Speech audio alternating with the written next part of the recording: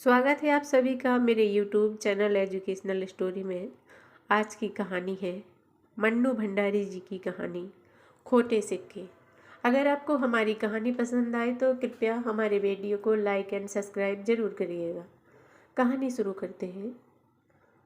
जी, इन्हें कहाँ रखूं? एक सहमी सी आवाज़ पर सब घूम पड़े। देखा, एक छोटा लड़का थैली हाथ में लिए भयभीत सा खड़ा है। क्या है इसमें? कड़क कर मिस्टर खन्ना ने पूछा। आवाज में ऊंचे पद का गर्व बोल रहा था। जी, खोटे सिक्के हैं। वहाँ मेरा बाबा खोटे सिक्के चुन रहा है, उसी ने भेजे हैं। डर के मारे लड़के के गले से पूरी तरह आवाज भी नहीं निकल रही थी। तो इन्हें यहाँ क्यों लाया है? जा उधर ले जा। झिड़क कर खन्ना साहब ने लड़के को भगा दिया है। हर बात को जानने के लिए बेहद उत्सुक छात्राओं के दल में एक ने पूछा, टकसाल में खोटे सिक्के कैसे आए? स्वर काफी मीठा था। निरंतर बड़ी बड़ी मशीनों की कर्कश आवाज सुनने के आदि खन्ना साहब को लगा जैसे किसी ने मिश्री घोलकर कानों में उड़ेल दी हो। क्रोध और रौब को एक ओर हटाकर होठों पर मधुर मुस्कान और आवाज में स्निग्धता लाकर बोले, देखिए, बहुत सावधानी के बावजूद कभी कभी बहुत सारे सिक्के बिगड़ ही जाते हैं।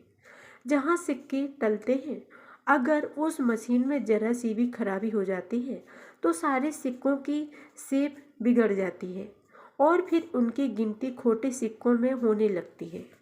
टकसाल वाले करते क्या हैं इन खोटे सिक्कों का? एक ओर से प्रश्न आया। चला देते होंगे और क्या, देखती नहीं बाजार में कितने खोटे सिक्के चलते हैं। बड़े ही शौक ढंग से दूसरी ओर से शंका का समाधान हुआ। जी नहीं, खोटे सिक्कों को हम चला नहीं देते, वापस टकसाल में ही खपाते हैं। जो चीज़ हमारी टकसाल में खोटी होती है उसकी जिम्मेदारी तो हमारी है, उसे बाहर क्यों भेजेंगे भला? खन्ना साहब ने इस ढंग से कहा मानो बता रही हूँ, देखो, हमारी नैतिकता को हमें क्या इतना गया गुजरा समझा है कि अपनी गलती को दूसरों के सिर मढ़ दें। खन्ना साहब टकसाल के उच्च पदाधिकारी हैं।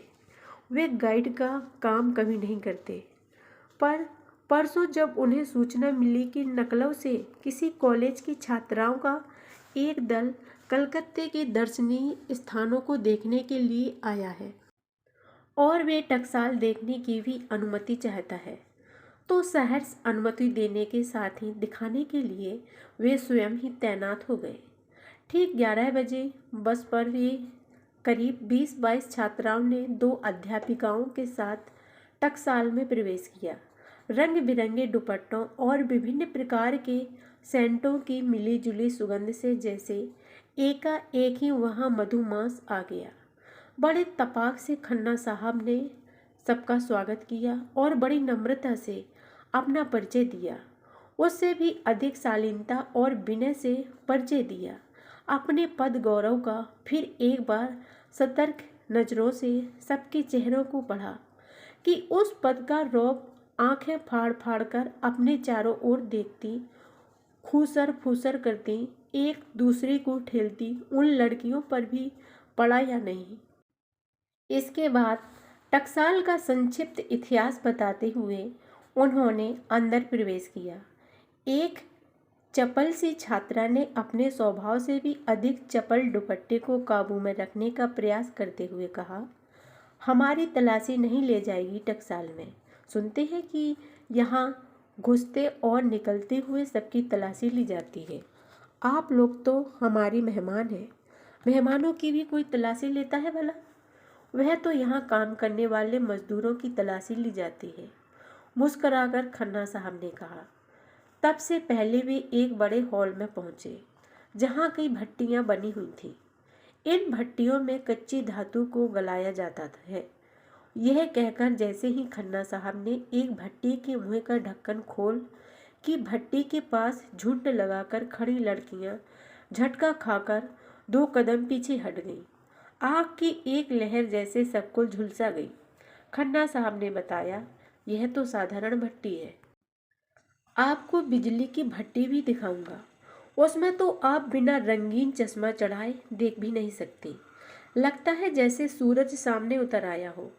इसके बाद उन्होंने सारी प्रक्रिया समझाई कि किस प्रकार कच्ची धातु को गलाकर सिक्कों के उपयुक्त बनाया जाता है और उसके लंबे लंबे बोर्स बनाए जाते हैं। बड़े धैर्य और रुचि के साथ वे हाथों का संकेत कर करके समझा रहे थे और सारी छात्राएं उसके चेहरे पर यूं नजर गड़ाए सुन रही थीं, मानो वहाँ का सारा ज्ञान सोख लेंगी। खन्ना साहब कोई चीज हाथ में उठाते तो 20-22 सिर इस तरह चारों ओर घिर आते, मानो गुड़ की डली पर मक्खियां बैठ गई हों। जिस किसी भी हॉल से वे गुजरते वहाँ काम करने वालों की गति अपने आप ही बढ़ जाती। वे और अधिक मनोयोग और कुशलता से काम करने लगते। कभी कभी खन्ना साहब किसी मशीन के पास खड़े हो जाते और रोबीले स्वर में हुक्म देते, मशीन को चला दो। झटके से मशीन चलाई जाती और खन्ना साहब उसका ब्यौरा समझाते। साथ में आई हुई अधेड़ अवस्था की अध्यापिकाएं शुरू से ही खन्ना साहब की उपेक्षा पा रही थीं। उन्हें खन्ना साहब की लड़कियों में यह आवश्यकता से अधिक दिलचस्पी और आकर्षण अच्छे नहीं लग रहे थे। वे ठेल मेल में कभी जाने अनजाने में लगे हल्के फुल्के धक्कों को भी काफी संदेह की नज़र से देखकर जब तब छात्राओं को फटकार देती थीं, तुम लोग सिर पर ही क्यों चढ़ी जाती हो, दूर रहकर क्यों नहीं देखती सुनी। और एक बार छात्राओं की झुंड और खन्ना साहब में संतोषजनक दूरी उत्पन्न कर देती, पर छात्राओं की अत्यधिक जिज्ञासा और आतुरता तथा खन्ना साहब की आवश्यकता से अधिक रुचि में वह दूरी कब और कहाँ खो जाती, कोई जान ही नहीं पाता। घूमते घूमते वे एक बड़े से हॉल में आए, जहाँ की दैत्याकार मशीनें कान के पर्दे फाड़ देने वाली आवाज में बेतहाशा दहाड़ रही थीं। खन्ना साहब के शब्द उसी भीषण गर्जना में ही खो जाते थे। परिस्थिति का फायदा उठाकर मुंह को अति निकट लाकर वे बता रहे थे, यहाँ पर तैयार धातु के बड़े बड़े बार्स को पतला किया जाता है। छात्राएं मशीनों से काफी दूर खड़ी थीं, फिर भी उनका शरीर जैसे झुलसा जा रहा था। आग से लाल लंबी लंबी सलाखें पटापट ऊपर से नीचे गिर रही थीं और नीचे हाथों में बड़ी बड़ी सड़ासियाँ लिए मजदूर उन सलाखों को उसी गति के साथ उठा उठाकर पास ही पानी की नालियों में पटके जा रहे थे। नालियों का पानी बुरी तरह खौल रहा था और उनमें से गरम गरम भाप उठ रही थी। आकार प्रकार को देखकर ही जाना जा सकता था कि ये सलाखें उठाने वाले जीव मनुष्य हैं, वरना उसके भाव शून्य चेहरे और मशीन की तरह निरंतर खटखट चलते हाथों को देखकर मशीन का ही भ्रम होता था। शोख हसीन और कमसिन छात्राओं की उपस्थिति भी उन मजदूरों की गति में किसी प्रकार का व्यतिक्रम उपस्थित नहीं कर पाई। वर्षों से निरंतर मशीनों के बीच काम करते रहने के कारण वे सावनी, समा और वसंती बहारों को शायद भूल चुके थे। उनके रंगों का खून शायद जलकर राख हो गया था। जिंदा रहने के लिए बड़ी तत्परता से वे मौत से खेल रहे थे। लड़कियों के चेहरे दया और भय से आक्रांत हो उठे। हाय राम, कैसा खतरनाक काम है, एक ने कहा। दूसरी ने उससे भी अधिक सहानुभूति से कहा, मैं तो इतनी दूर खड़े खड़े भी भुरता हुई जा रही हूँ, ये पास रहकर कैसे काम करते होंगे। एक ने खन्ना साहब से पूछा, यह तो बड़ा ही खतरनाक काम है, जरा सी चूक में सलाख सीधी टांग पर ही आ गिरे। जी हाँ, सो तो है ही, बहुत ही दुर्घटनाएं होती हैं।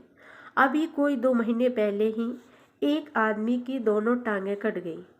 तो सोच, फिर भी ये लोग यह काम करने आते हैं। अपनी जान को जोखिम में डालकर किसी ने पिघल कर पूछा, काम करने? अरे एक की जगह खाली होती है तो 50 टूट पड़ते हैं।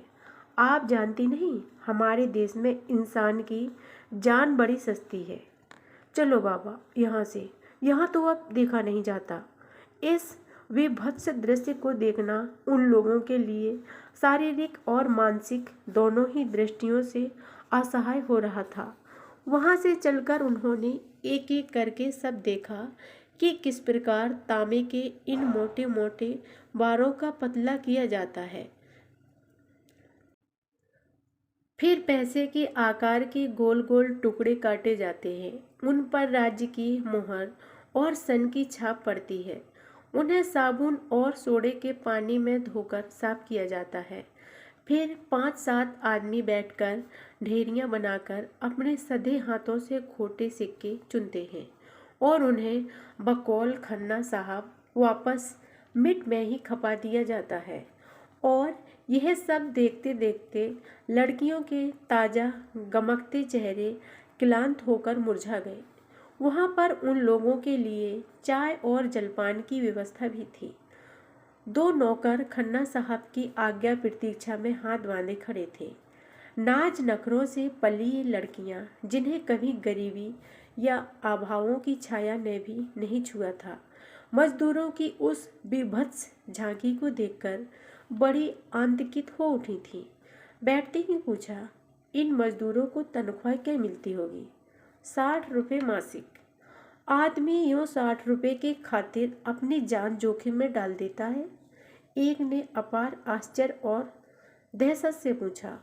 संसार को मात्र किताबों के द्वारा जानने वाली इन अनुभवहीन छात्राओं की बुद्धि पर खन्ना साहब मुस्कुरा उठे। गद्दीदार कुर्सियों पर बैठकर रसगुल्ले और गर्मा गर्म समोसे खाती हुई उन छात्राओं का दिल मजदूरों की दुर्दशा पर करुणा से पसीजा जा रहा था। तभी बाहर से एक औरत के रोने की आवाज़ से बातों का क्रम टूट गया। खन्ना साहब की भौहों पर सलवटें उभर आईं। परिस्थिति समझने के लिए वे कुर्सी से उठे ही थी कि एक मैले कुचेले कपड़े पहने, आंख नाक से पानी बहाती बुढ़िया भीतर चली आई और खन्ना साहब के पैरों पर गिर पड़ी। घृणा से खन्ना साहब ने पांव खींच लिए। गुस्सा उनको इतना आ रहा था कि यदि ये कोमल शरीर और उससे भी कोमल दिल वाली लड़कियां उस समय वहां न बैठी होती तो उसके सिर पर कसकर लात जमा देते। कड़क कर खन्ना साहब ने पूछा, कौन है तू? यहाँ कैसे चली आई? तभी रोकता थामता चपरासी आ गया। उसने बताया कि 2 महीने पहले जिस मजदूर की दोनों टांगें कट गई थीं, यह उसी की स्त्री है। स्त्री रोते रोते सिर पटक पटक कर हाथ जोड़ जोड़ कर कह रही थी, उसे कोई छोटा मोटा काम दे दीजिए सरकार, नहीं तो हम भूखों मर जाएंगे। बैठे बैठे वह खोटे सिक्के चुनने का काम ही कर देगा।